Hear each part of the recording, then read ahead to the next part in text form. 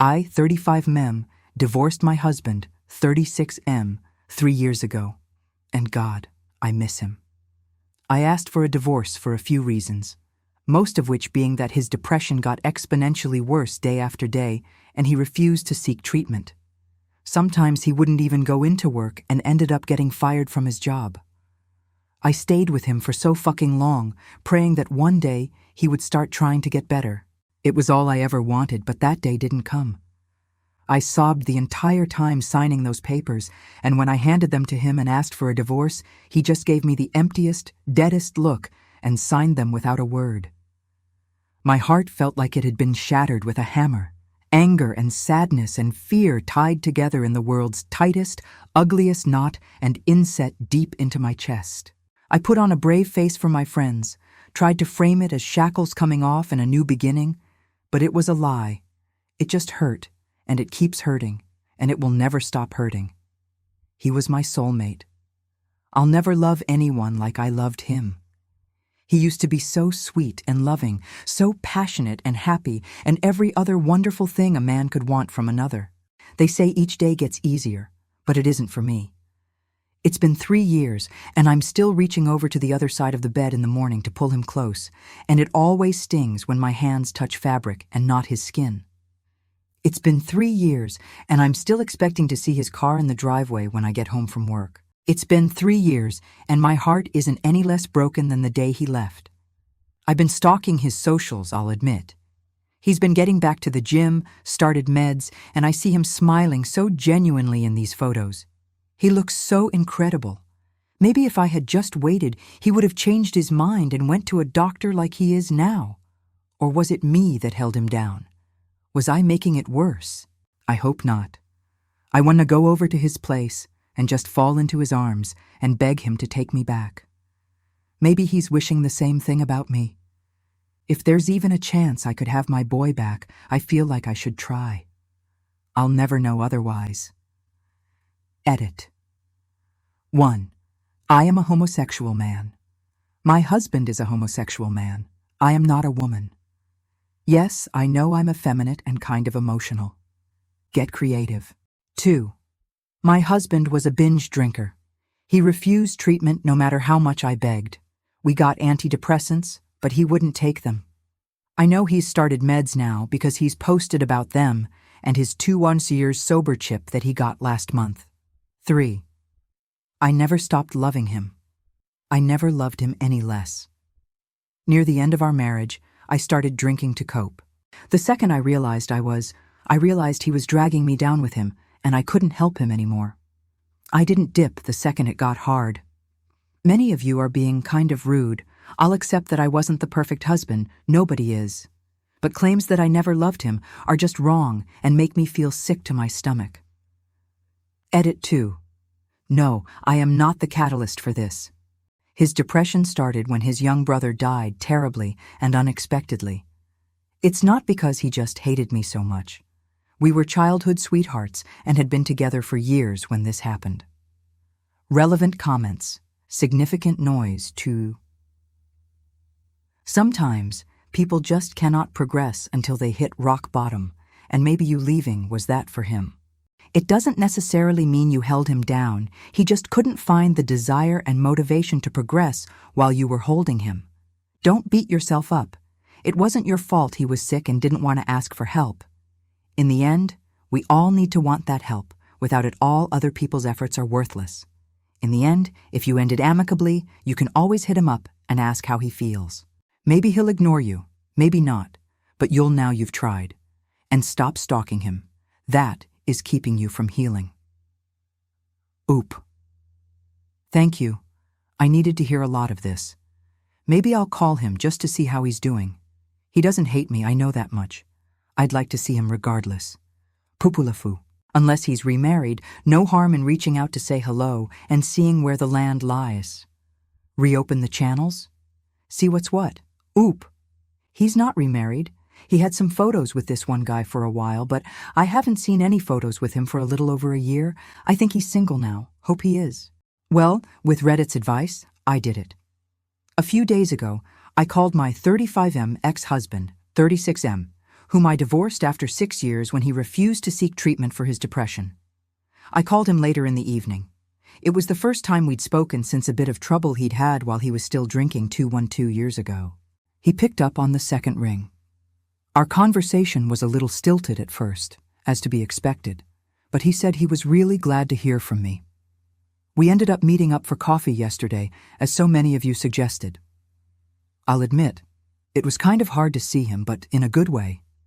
He looked so much better than the last time I had seen him, but he looked exactly like the man I married. He had put off a ton of weight. He gained like 75-ish pounds during his struggle with depression, and before some dick says so, I didn't leave him because of his weight gain. He looked way healthier and very put together. I'll just say it. He looked incredibly hot. What made it hard was that I couldn't kiss him hello like I used to. But God, the way his eyes lit up when he saw me, I barely needed to. We got our coffee and sat, and he updated me a little on his life in the last 3 years. What really turned his life around was, in part, the divorce, but more so a DUI. Nobody was hurt. He was caught a few blocks from his apartment. He's since gone to rehab and AA, gotten his license back, and had to use a breathalyzer whenever he started his car for a while. He hasn't had a drop of alcohol since, and I told him I was so fucking proud of him. He's also started antidepressants and made a point of telling me that they're not SSRIs, but when I asked what that meant, he got embarrassed and told me never mind.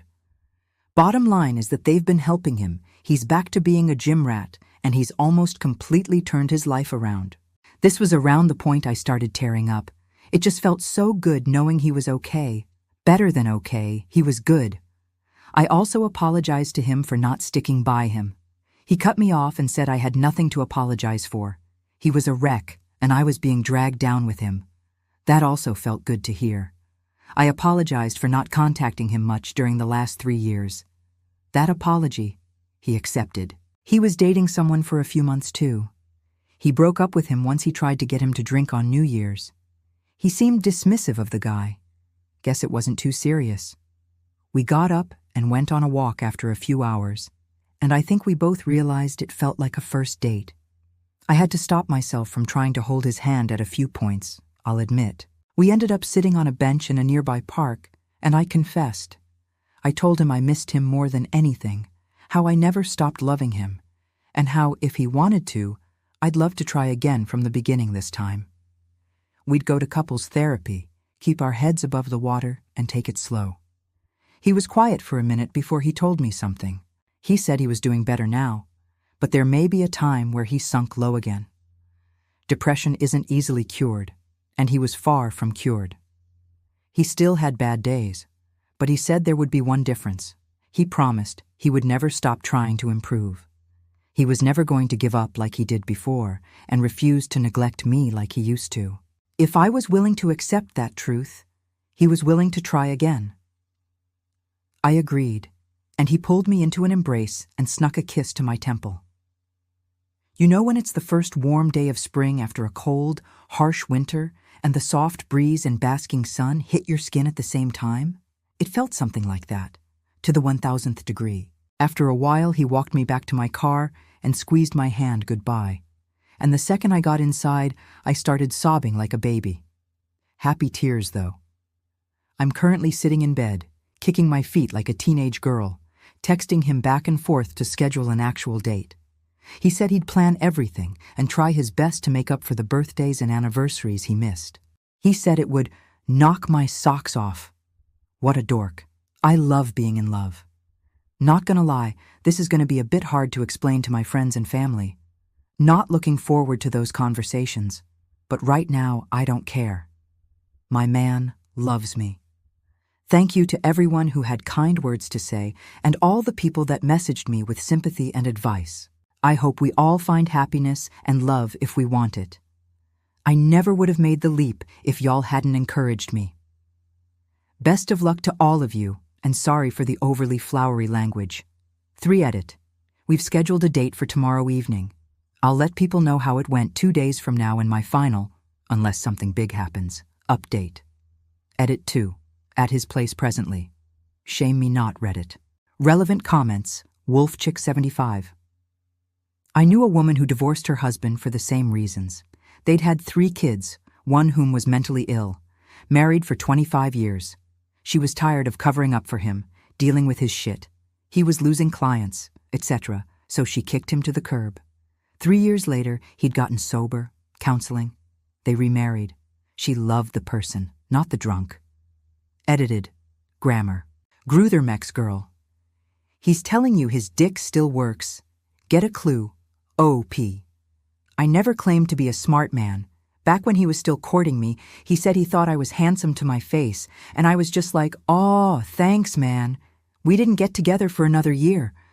I don't even know how I got to this point, LOL. Final update.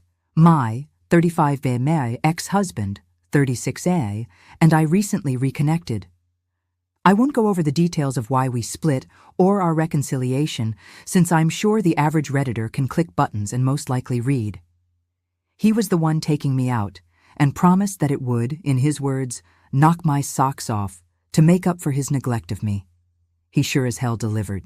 A little backstory: we've been together since we were 15 and 16 respectively, and have never moved out of our hometown. This year would have been our 20th anniversary of getting together, not marriage. We were dating secretly for about 5 years before our parents caught us one day during summer break. The fallout from finding out their son was gay actually made his parents split. His dad wanted to send him away to conversion therapy. He's seen his father maybe once per year on average, and every time he's incredibly cold towards me. Would never refer to me as his son-in-law, only my husband's pal. I wonder why. Anyway, not what you're here to read. I'll get on with the lore. He picked me up from the house and wouldn't tell me where we were going, but told me to dress warmly. He ended up taking me to the place where we met, a run-down ice skating rink in our town.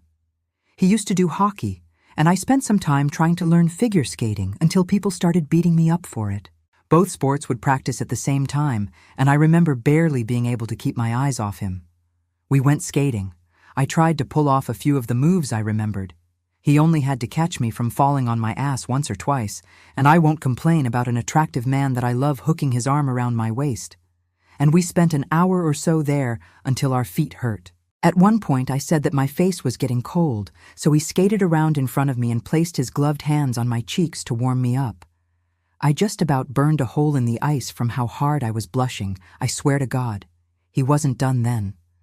We left and went to dinner, specifically the restaurant where we had our first date. It's a cheap, hole-in-the-wall place, seeing as we were poor teenagers when we first met. We chatted and ate food that probably took 5 years off our lives. He was an incorrigible flirt, and even held my hand underneath the table like he did all those years ago. I know I said I never stopped loving him, and I stand by that. But I think I somehow fell in love with him 1,000 times over again during that meal. At the end of dinner, he asked if I had energy for one more simple thing, to which I agreed. He took me a while out of town to a dark sky zone park, specifically the one where he proposed to me 10 years ago. He set out a blanket to sit on and another to cuddle under, and we went stargazing all bundled up together. You never know how much you miss the sound of someone's heartbeat until you haven't heard it for so long. We shared a bottle of sparkling grape juice in plastic champagne flutes and dumb, giggly kisses. It felt so similar, yet so different. He told me in a moment of quiet that he loved me, and oh God, it took everything I had not to cry. I barely hesitated before asking if he wanted to change venues. He seemed surprised, but eagerly accepted. I ended up at his place, as some of you may have seen from my edit on my second post yesterday. I wanted to take it slower than this, but it was so hard to. I was so starved of affection and hadn't been intimate with anyone for just about 6 years. I'm going to keep what happened at his between us, but all I'll say is that his medication was no issue and all of you should be jealous.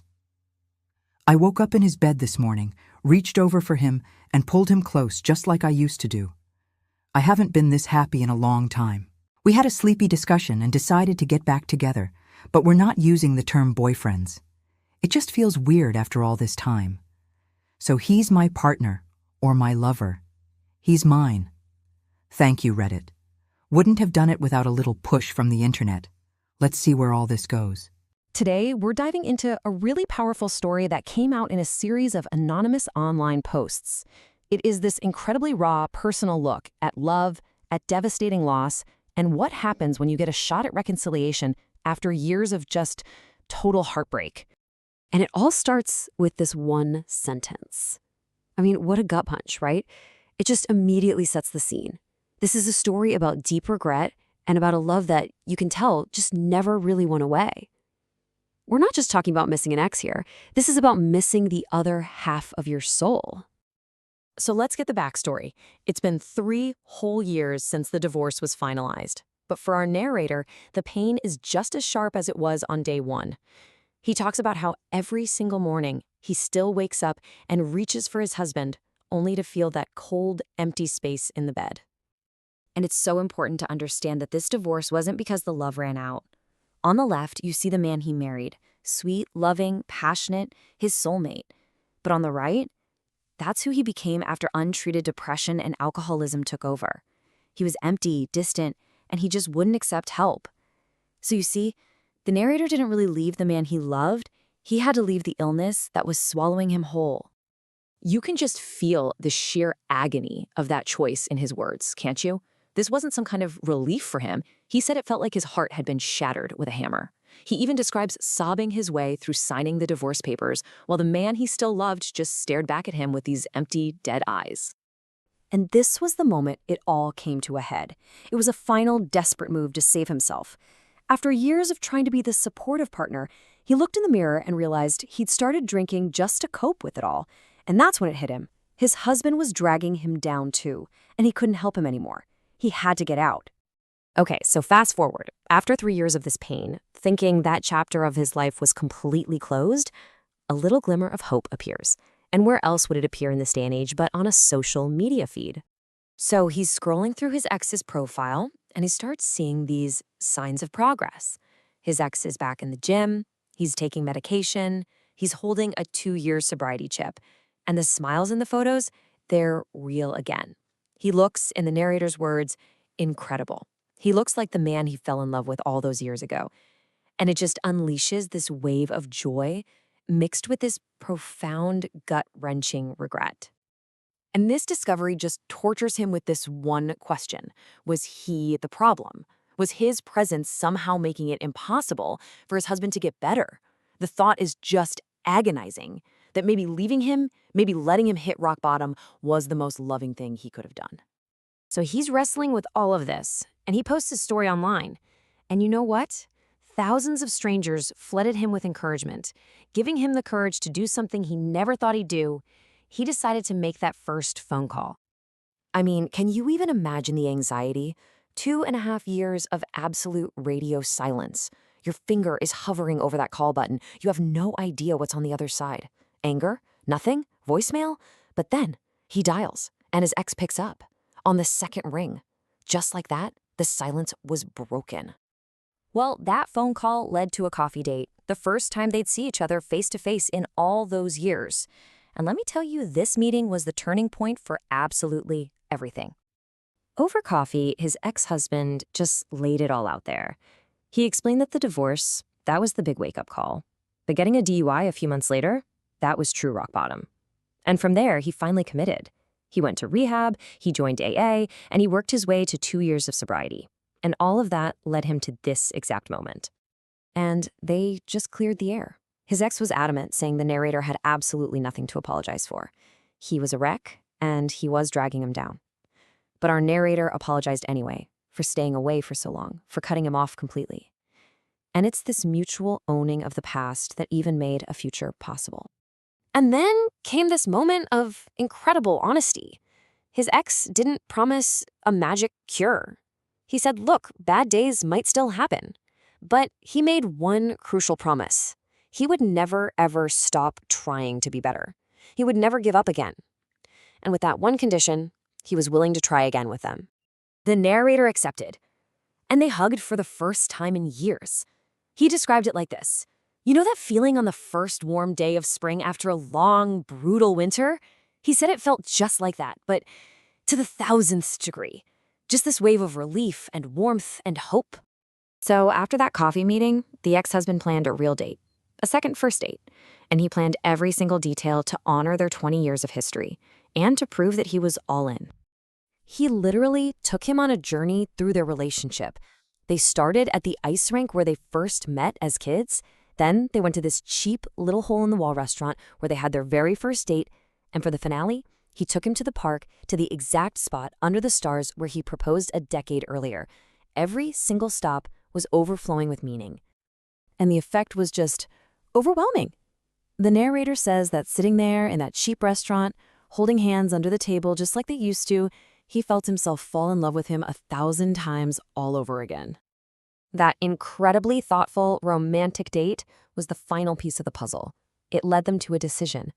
Not just to go back to what they had, but to start something totally new. And this is where the story comes full circle. Remember how it started with the pain of reaching across an empty bed every morning? Well, the next day, our narrator wakes up, he reaches over, and this time, his husband is there.